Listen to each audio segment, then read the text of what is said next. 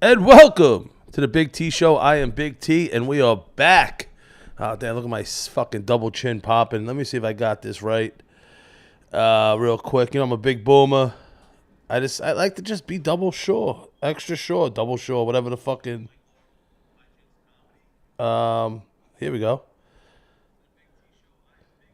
Oh, there we go. We're ready to go. Put this bitch on airplane mode. A road-weary Big T. Who the hell am I, right? Being out on the road, driving around this fucking country. Miss Cousin Billy's fucking bachelor party in Arizona. But listen, I'm following my dreams, you know? Road kicked my ass. Touched on it a couple weeks ago. Being Georgia for a couple of trips, then South Carolina, and then just not sleeping, rushing back. Had 2.5 days to do whatever I had to do to run around, meet people. Then a 420 show at Grove 34, which was fucking awesome.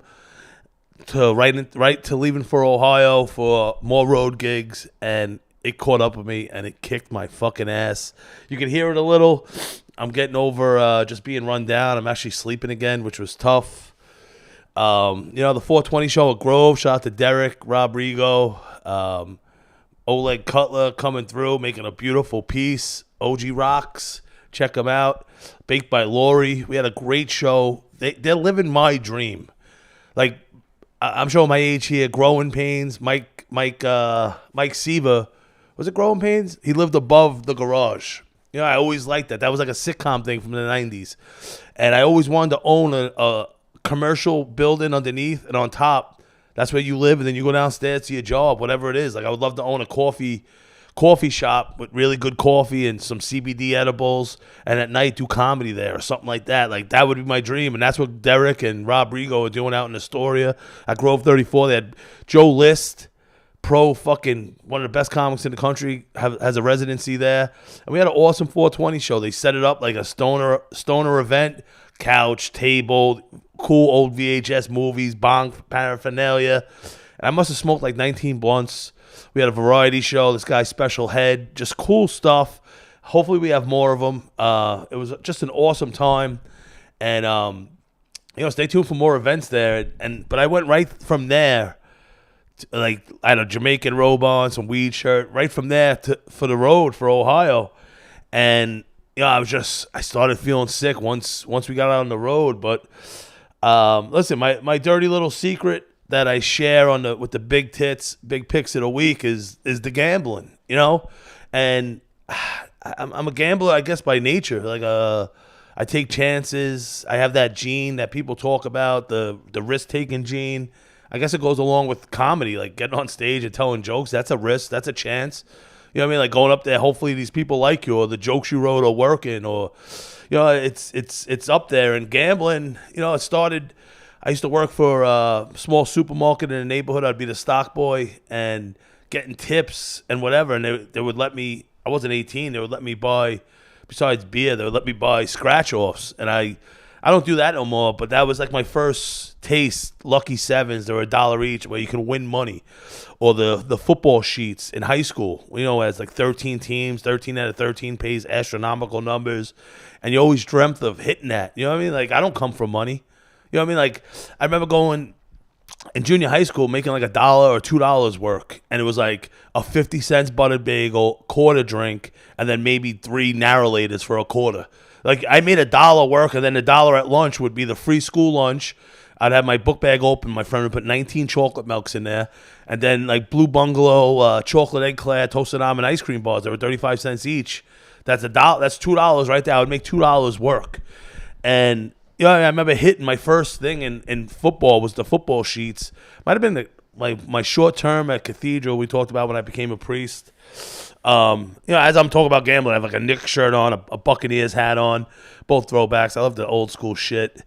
But I remember I was laying in bed and I needed the 49ers. Must have been in the night game. I was watching like maybe the 10 o'clock news for whatever reason.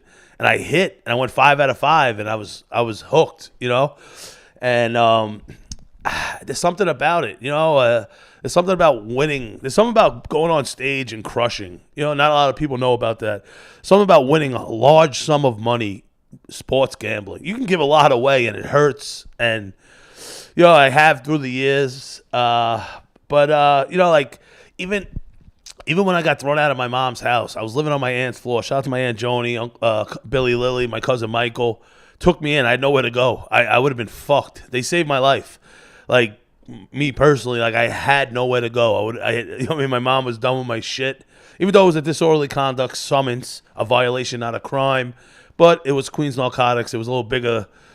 She thought it was a little bigger than what it was, but it is what it is. And it pushed me to get my life together quicker. And the first time, I have the windows open. It was a little hot up here, so you might have to hear the train going by. But, like, I remember the first time, it was the night before my dad's anniversary, and I stopped at this bagel store on we were coming from Dyker Heights going towards Bensonhurst. That's where I was living, and I hit, and it was magical because it was my dad's anniversary. It was a couple years after he died, like almost like he was looking out for me. I took that money, I reinvested, I bought my aunt some nice furniture and stuff because they took me in. But the second one was the one that got me out and back on my feet. Like, I was just started working UPS. You're not making money. You know what I mean? Like, you're not making a lot of money. You know what I mean? How am I going to save to get out to get my own place? I hit a number. It was my mom. My mom called me randomly the night before.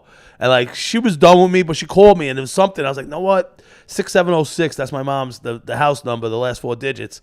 And there was a corner store right at the corner, which was fucking so phenomenal. Once you get a corner store, a minute walk away, that's life-changing shit. That's Brooklyn. I live around here. I walk around the corner. It's a minute away. It's the best. But I went there. I played that number quick. I remember brushing my teeth on the way before going to UPS to catch the bus that day because I don't think my car was on the road. I was such in a hole. And I seen that number pop up, and I was like, that's my starting point to get my life back on track. I was able to afford the first, the last, a security deposit for a place. And, it was fucking... So gambling has always been a part of my life in one way or another. And I always think about that. Imagine, like, no one else would help you besides your aunt and your uncle. And the only thing that did was hitting this fucking number. So, like, I'm attracted to the gambling. I know how it can help you. It can put you in a hole, but it helped me get out of a hole. So, like, that's what I related to, and...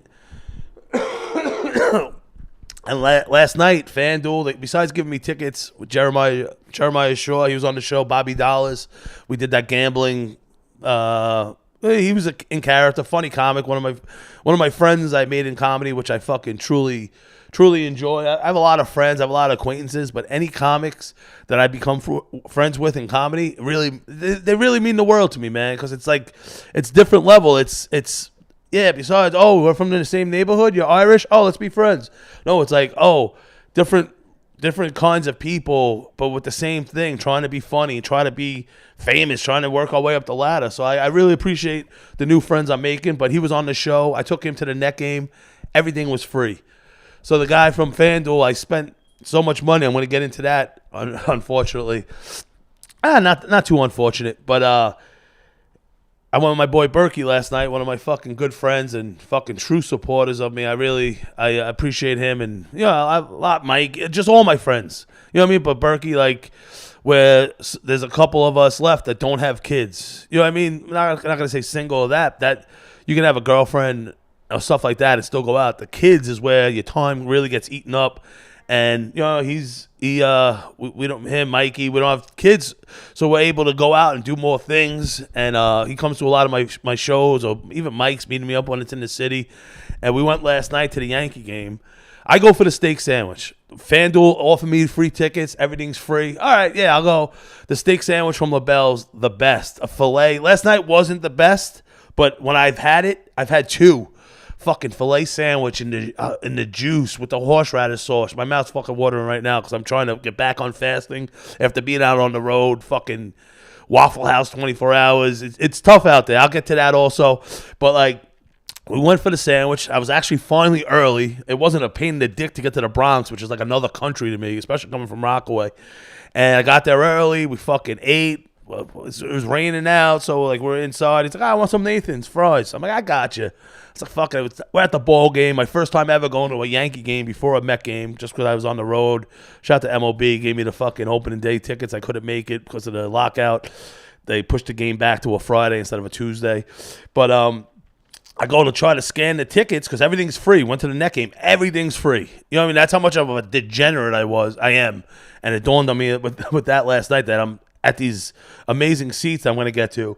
But, like, we went, and it's like, nope, invalid. I'm like, the guy said everything's free. I was like, it's not even, I know the steak sandwich wasn't going to be free because there's like a special butcher shop. There's a butcher place next door. You watch the guy cut the meat, the steak, and then next door to the right is where they cook it. It's fucking phenomenal. It's cool. You see a butcher shop right next door is where they cook it in Yankee Stadium. Left field line by the pole, corner pocket.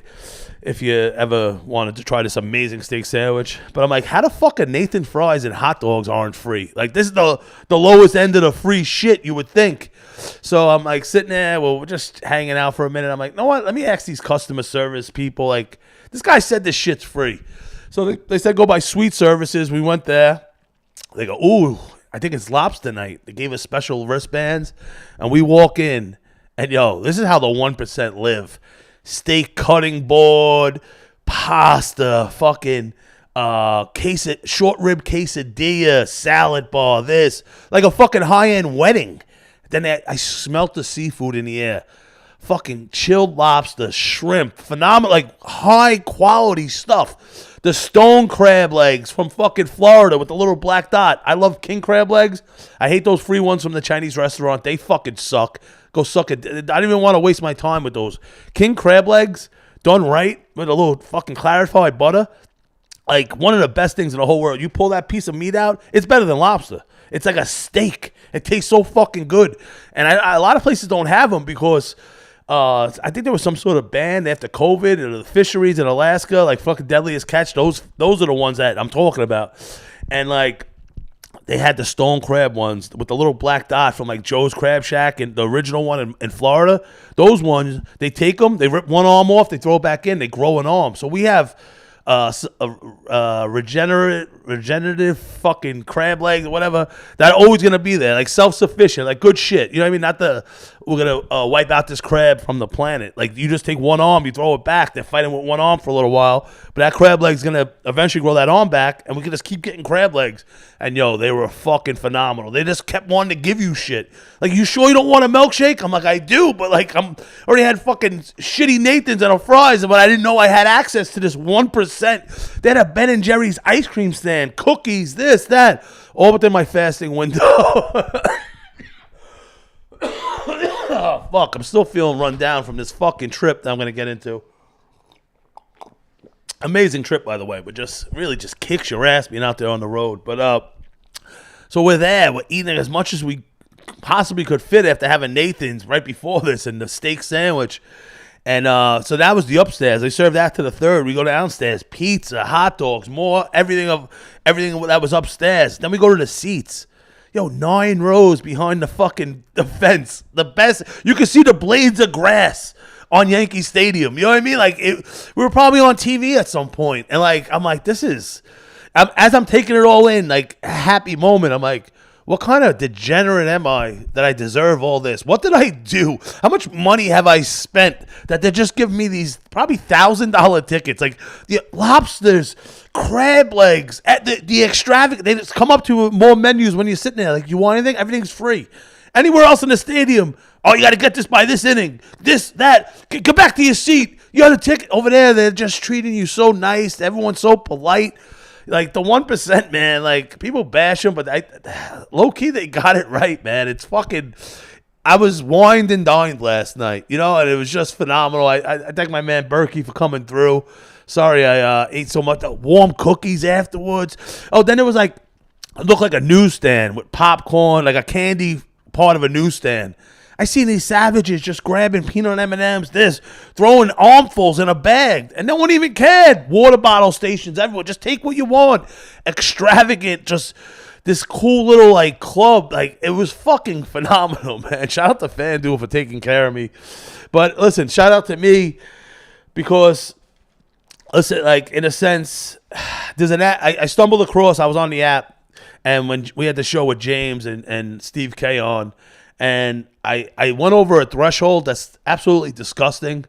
I when I was on the app, it was like account balances, so I went on it, and they said I had the app since 2014. I didn't gamble on it till like the past couple of years, and the number that came up, I have it. I'll show it, or maybe if I make a clip out of this, it said I bet $1,068,000. And that's a staggering number. Like, I'm down, I think, 68,000, and that's just from that account. I'm up on DraftKings. The times I went to Vegas with cash and came back with six figures, and TSA stopped me. Like another friend of mine, O'Neill, shout out to him. We stood at the Bellagio, then we went to the Venetian. And I'm like, yo, I'm gonna stay. I kept winning. He was loving stacks of money, like the rappers, holding the money to my ear. So like that number is down on this account, and I'm going to get into why it's not like I'm an animal. You know what I mean? So like, yeah, I bet 1 million points. I don't even know how you say this. 1,067,000, but I have won $998,592. So I'm like $2,000 away. I have some action today. I took the Mets and the Dodgers in the early game because I want to see some action in the night game. We'll just check on that live betting real quick. I have it on airplane mode. Never mind. But yeah, that's the picks. I have the Mets and the Dodgers in the afternoon game. But out of that 1 million, I have won close to $1 million. Do I have it in my possession? No, because like the times when I was leaving the 420 show, it's the end of the year. I like beating up on the shitty teams in the NBA. I love the NBA. I love gambling on the NBA. And the first round of the playoffs, there's some 1 seed, 8 seed, teams that are better than the other team, and it should be an easy route. So I started on a Sunday. I hit a parlay. That hit for 10. Then I let that ride because I'm a maniac. You take the 10,000. No, I let that ride. It's house money. And that turned into maybe 29. I hedged. It paid 34. I hedged because I guarantee myself money with hedging. Hedging is a story for a different day. So I let that ride. And I had the 76s. It paid $130,000. So I hedged a little bit. I had the 420 show. I didn't check the whole show. I'm hosting. I get it. It's done. I check quick. Fucking down 10 at halftime. I'm like, thank God I hedged. Then they come all the way back. I go to pick up the DMT boys, Dom and Mike in Queens. We start to head on Ohio. They come all the way back. I should have hedged. They offered me $60,000 cash out earlier. I said, no, I'm letting it ride. There's no more games left in the fucking season. So I let it ride.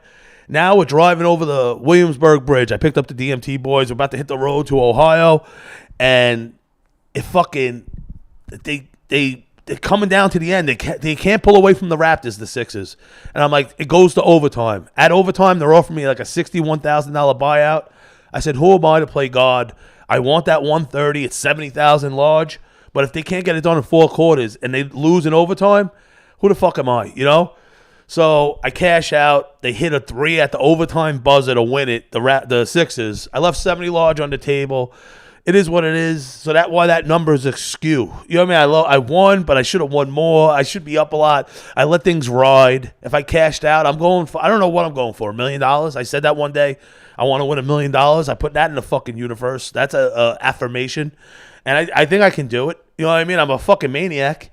And I'm sorry, this is gambling centric. Gambling is just like I said, it meant a lot to me. But I'm going through how I get those Yankee tickets that are probably $1,000 each, and so now I took 50. Like how I hurt myself recently is I would try to pussyfoot and take 9,500. I would win. Winning was never a problem. Giving it back was.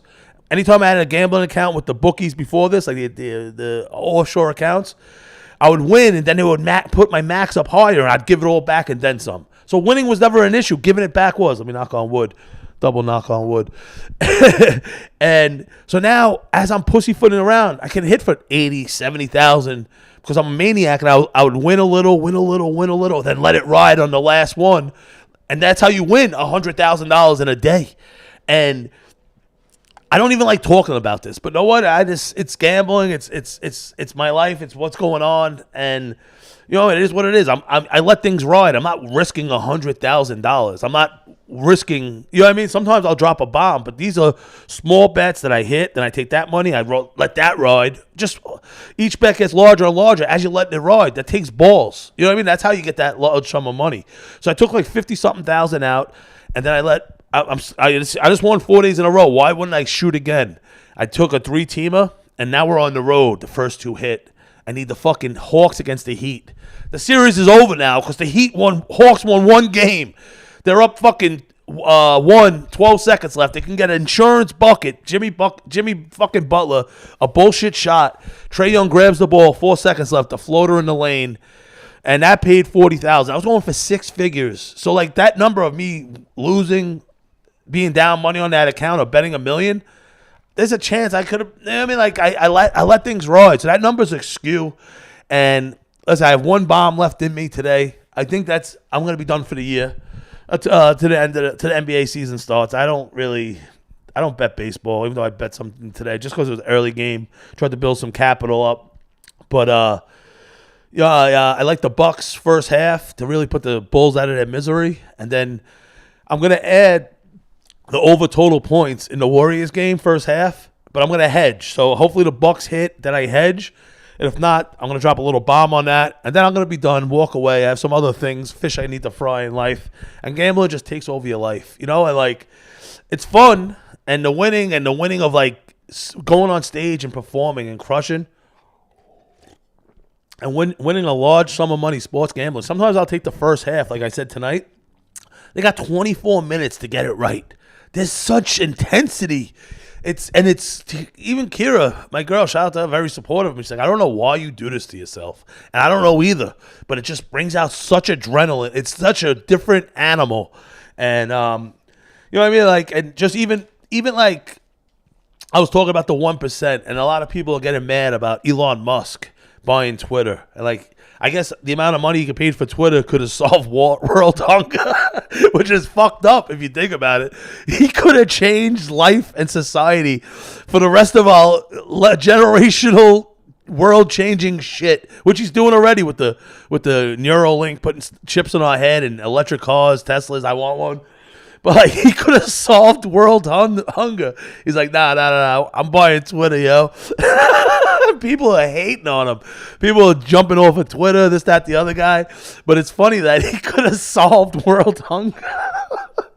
How is it not funny? Hungry people's not funny.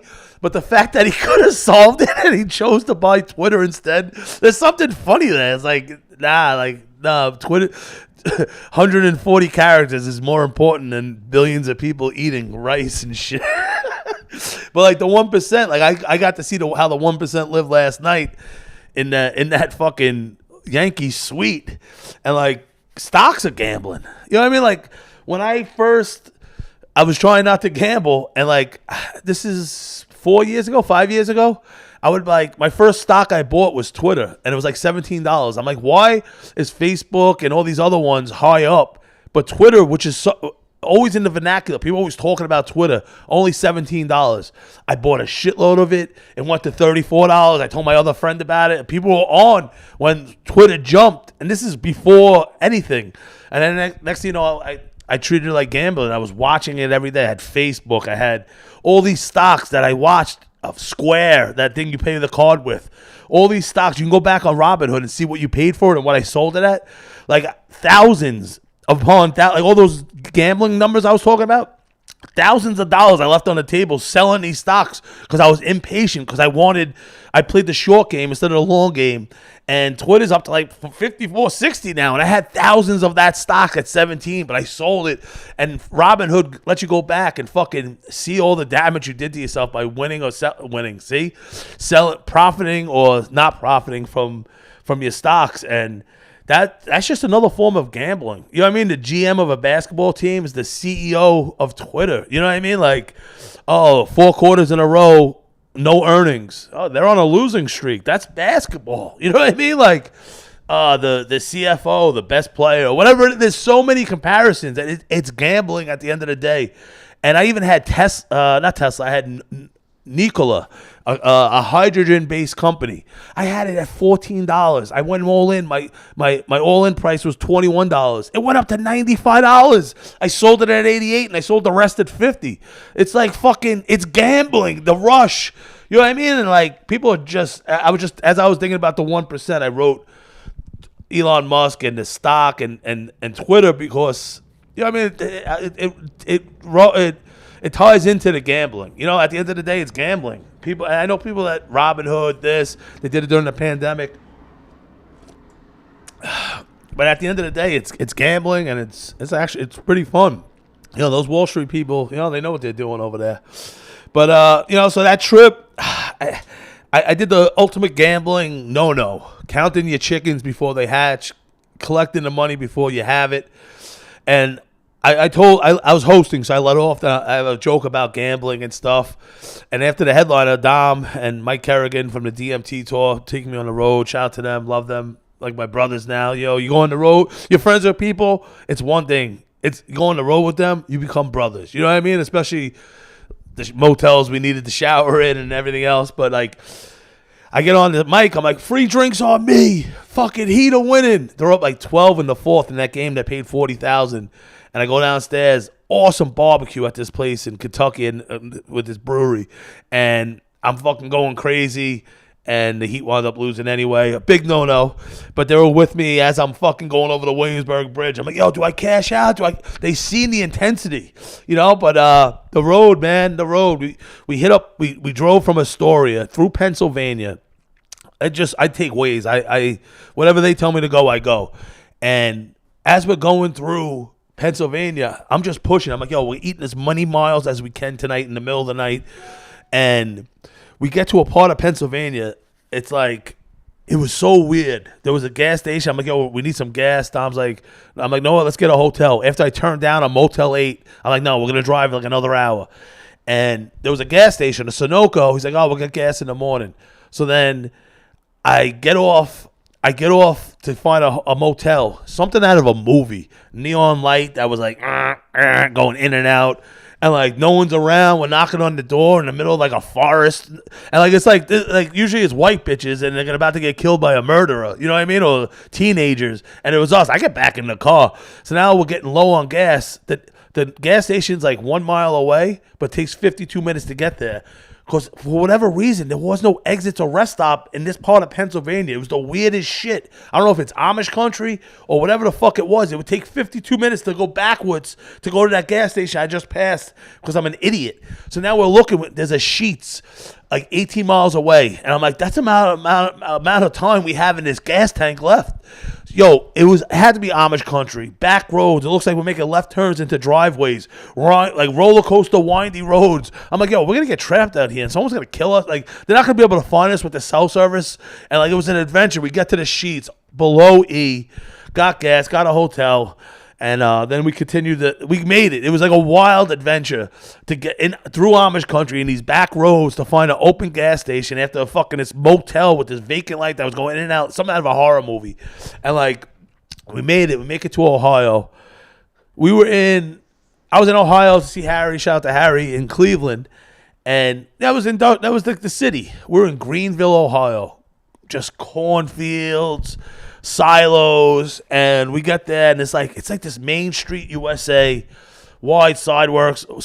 That's what Mike Kerrigan pointed out. He loved it. Wide sidewalks. It's just like something out of a movie, man. It's like old school country town, and we're at this Sure Shot Tap brewery, packed house, 70-something people, and it was a hot crowd. This is their night out. Dom's from Ohio, and it was just an awesome show. This grandma wanted edibles, stole my hat, taking pictures with me, my shirt off. It was just a fun fucking time, man. And then from there, we were like close to Kentucky, I guess. Never been to Kentucky. And we get there, Newport, Kentucky. There was like a levee in between, and like Rockaway to Brooklyn. And you could see Cincinnati, Ohio. You see where the Reds play. I'm like, this is cool. It's right there. Nice town, like nice people, good food, right by the venue. And like, yo, we go there, we go down by the levee. It's fucking hot, and I'm dying. You know what I mean? Now I'm dying this whole trip. You know what I mean? I got to host. I got to get up there and give energy as I'm hacking away. I got Mike sick, and just run down. I'm about to go get a juice after this, some ginger shots. And we went to, Dom never been to an aquarium. And we went to an aquarium. And yo, Brooklyn Aquarium is so whack. This aquarium in Kentucky had so many things. I forgot the poster. We got characters made, DMT, all drawn up. Mike wouldn't smile for the camera, for the girl painting. And like, it was just an experience. I hear all these pro comics talk about when you're on the road, what are you going to do in Kentucky? You go to the mall or this. Went to the fucking aquarium, sea turtles. They had a metal detector. I thought it was like maybe like some bad shit, but they have so many of these like over the top glass tunnels where I guess if someone had a gun or something bad, they could just destroy this whole aquarium. So it makes sense that they metal detect you on the way in. And then that show was a little light, and I almost won $40,000, but the barbecue was awesome. Just seeing parts of the country I would never see. You know what I mean? This cool little town, Newport, Kentucky, right across the street, right across this bridge, like the Marine Park Bridge from like Ohio, like I said, from Brooklyn to Rockaway. It was just an awesome experience. And then from there, we had to drive through the night for the most part through Ohio to get to Virginia for the last leg of the tour. And, the motels, I was better off cleaning my dick in a sink at a gas station. Thank God I brought my slides. I'm in there wearing like almost like a college dorm, and like I'm fasting and stuff. But, on the road, it's so tough, man. And like just you're not sleeping well, so you're not making right decisions. But I'm back fasting. After last night, I ate good at the game just because. But it was still within my window. I didn't eat nothing yet today. Just had some black coffee. And I'm going to do a 24-hour fast this week. Detox, really, really get everything going again. Because when I was leaving, I was almost out of the 300s. Now, I know I gained some weight, but you know what? The experiences I had on the road with these guys, the laughs, the nonstop, the guard down, windows up so we're in the nest so everything flies, and we're just howling for days, howling. And, we made it through Ohio, and then we made it to this part of Virginia where back roads, gravel, but not the sticks. Luscious land, cows, horses, I seen deer. And it's like, but foresty, in these gravel roads, a winery and a wine cabin, and rocking room, fucking people that were into everything I was saying. I'm getting better at hosting, and just really ended the trip really well. And this cool, beautiful, like I mentioned the place in Georgia, like it was like a mini Vermont in the mountains. You know what I mean? Like you hear of Georgia, you think of ATL and Atlanta and all that stuff, but like this is in the mountains. It was like Vermont, and this place in Virginia, Newport, Kentucky, just cool spots of America that I would never see. It's not on the traveler's destination, but know what? When you find it, it's a beautiful area, beautiful. And the people are just into what what the fuck I talk about, and they're still into it. You know what I mean? I'm just up there laughing, they're laughing with me, at me, whatever the fuck it is. And, I just made it back, and, not a lot of Jews down there. A lot of shithead fucking drivers on the road, still don't understand the left lane's a passing lane. And they think I'm crazy, Dom and Mike, but they started seeing it when we're driving and we're trying to make time, and these assholes are in the left lane. Like, just do something with your life, you selfish fucks. Like, but it's so funny. Like, I 6 shows in a row. Any Jews out there? Nope. They're looking at me like, what's a Jew? It's like, it's fucking hilarious. But listen, I'm getting better. I love the road. I will be ever forever grateful to Dom and Mike for taking me out there, and the experiences, and just I had such a fucking blast, man. Sucks traveling to and from, especially sick as a dog. It sucks, no detachable shower head, no bidet, had to wipe. You fucking animals are still wiping. It's like, besides being disgusting, smearing paper and shit between your ass, it's time consuming. It's just so, across the board, just retarded. Like, the fact that people are still doing it shows me what's wrong with society. All of you fucking wipers just make me sick. But I had a blast out there, just seeing the country and seeing people and genuinely making these people happy and laugh. Like, they're from a small town. They don't get out that often, it seems. And like, they were just loving it, man. It's really just great with some words and a microphone. And the DMT tour was a success. We have a show tomorrow in Manhattan. We're gonna wound out the tour up there. My boy Kellen at Local 92 giving us the fucking stage. We're gonna rock out, and I have a bunch of shows coming up. Jersey, Brooklyn, just A couple of things coming on. THC TV's coming back, recording new episodes. I was on the road, so I couldn't really edit any of the new ones. Oh, NFT Art Show in Ozone Park this Saturday. Geo, Envelope Ink City. He was on the Fried Oreo episode with my mom. Just a lot of stuff, a lot of positive stuff. Gonna get the garden going again, get the bike ride going, really just sink my teeth into the spring, just keep working, keep writing. I've been doing like fucking 18, 20-minute sets opening, and it's not even all my jokes. So, just building bigger bits and bigger sets and just rocking out, man, and just being me up there. People, they were loving me for being me, and I'm going to keep working on that. I'm going to work on this so I'm here forever to keep telling these fucking jokes and these gambling escapades of a maniac, fucking retired truck driver. But listen, I'm just happy to be here, man. I say it always, the life I live is priceless. Shout out to Kira for being super supportive and loving me. And all my friends, family, super supportive. And, whoever watches, I appreciate that, man. Like, I have bigger and bigger plans. So stay tuned. And this is just the beginning, man. I'm just really finding my footing, and I'm just having fun doing it. But listen, another episode of the Big T Show. Remember, be the person you are when you're high. Oh, listen, Sean T. Worthington, who was on the episode Guinness Brownies with my mom, reached out to me, man, and he started getting into comedy. He's like, yo, be the person you are when you're high. It stuck with him. And he reached out. He's like, yeah, I started just being me when I'm high, and he's getting on stage now. He's doing comedy, and it's like, he messaged me that like a month ago, 3 weeks ago maybe. He's like, yo, be the person you are when you're high, change my life. So like me saying that, it's for the assholes in the world who need a Snickers or smoke a joint. Like, yo, the day's not that tough where you take it out on other people. Keep that good energy. Be the person you are when you're high. And it worked for him. It works for me. About to go smoke one, burn one down, and just be a happy person, man. Just remember, be the person you are when you're high. The world is tough. Don't make it tougher by being an asshole. But it's just magical that some silly words at the end of my podcast made someone get on stage, and he's just being the person he is when he's high. Man, it's fucking awesome. But, thanks again. See you next week. Later.